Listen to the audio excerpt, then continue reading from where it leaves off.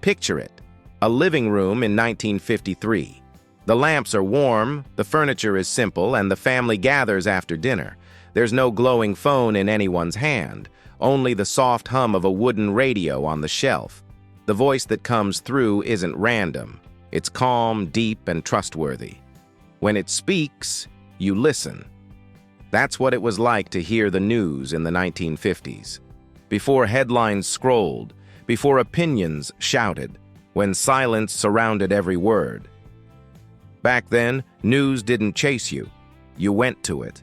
You waited for it. You respected it. In the morning, Dad unfolded the newspaper, a ritual of black ink and crinkled pages. You could tell how important a story was by how wide he opened his eyes.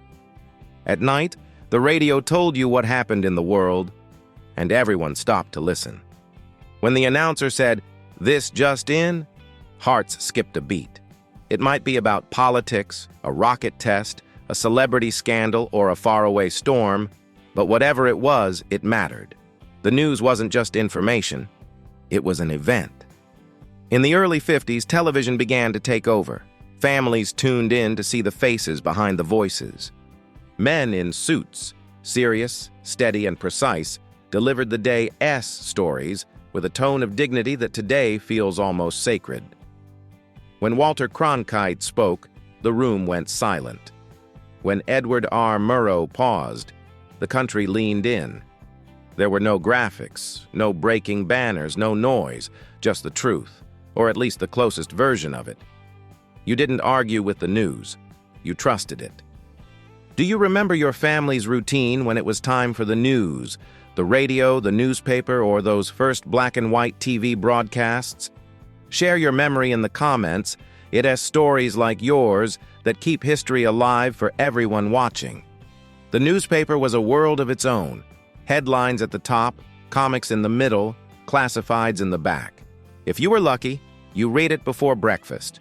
If not, you caught up at lunch in a diner, next to a stranger doing the same thing.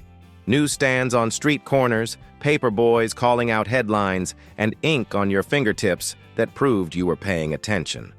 And when something truly big happened, the whole country stopped.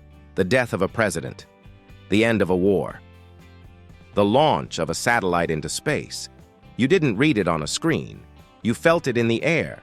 Neighbors came outside, people gathered at stores, and radios buzzed from open windows. That's how news spread, not virally, but viscerally.